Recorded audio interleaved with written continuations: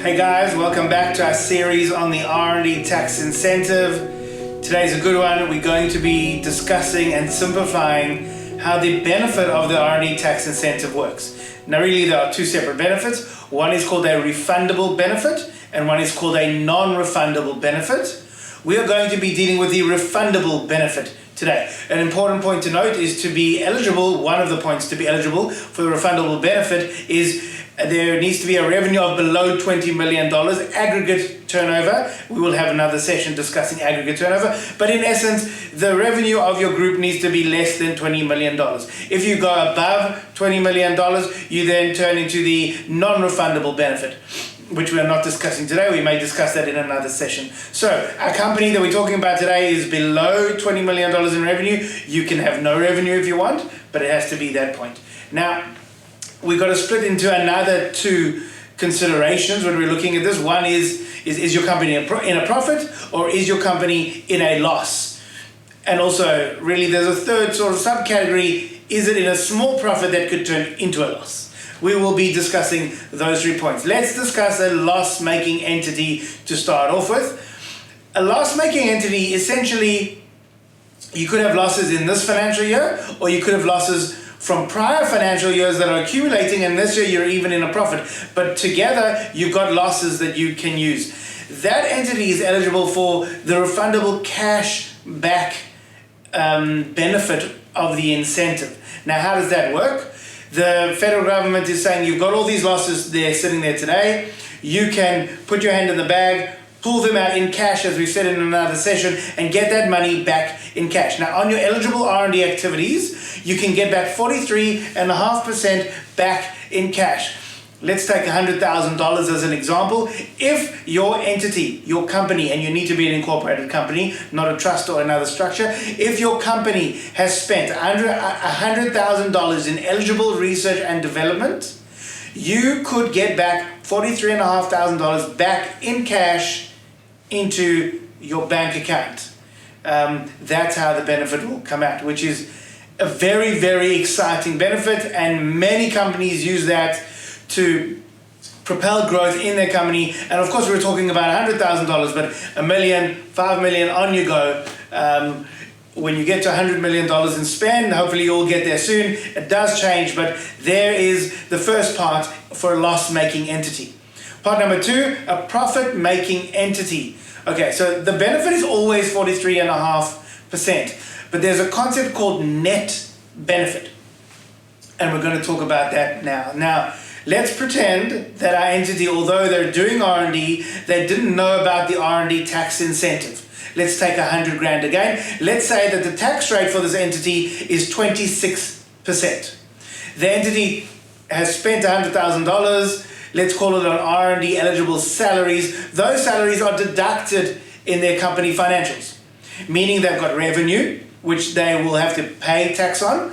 They've got deductions, expenses deductions, which they will save tax on. And at the bottom, they've got a net profit. On their net profit, they will pay tax. Now, that company that deducted the $100,000, not knowing about the R&D tax incentive, will save $26,000 in tax. $100,000 of expenses, 26% tax rate equals $26,000 saved in tax. That same entity, without getting into the intricacies of where the R&D tax incentive, the R&D offset actually goes in the tax return, that same entity, should they use the R&D tax incentive in our example, will save $43,500. Similar to our first example, but it does not come back in cash. It comes as a tax saving.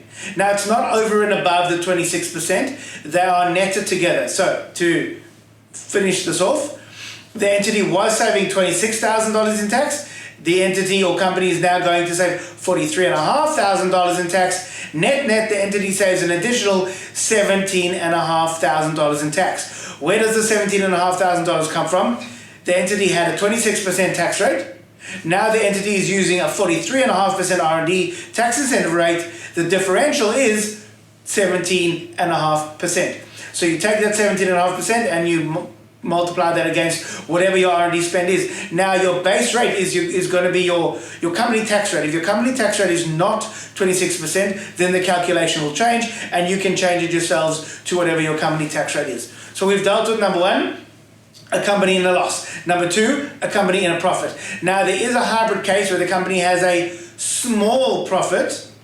Right, now let's go through it again. The company has a 26% tax rate, so any revenue that's coming in, the company will have to pay 26% on that revenue to the ATO. Any expenses coming in, the company will save 26% tax and pay less tax. Now, if the company, based on what I've just explained, has a small profit, and now we take some of those expenses, the R&D eligible expenses, and we apply a tax rate of 43.5%. Well, now you've got a scenario where there's a 26% tax rate on the revenue. On some expenses, there's a 26% tax rate to save tax.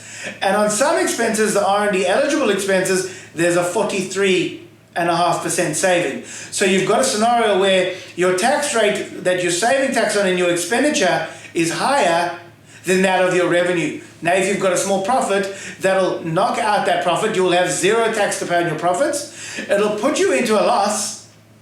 And as we said in example one, that loss is now eligible to the cash back, refundable R&D tax incentive benefit, and you will get cash back.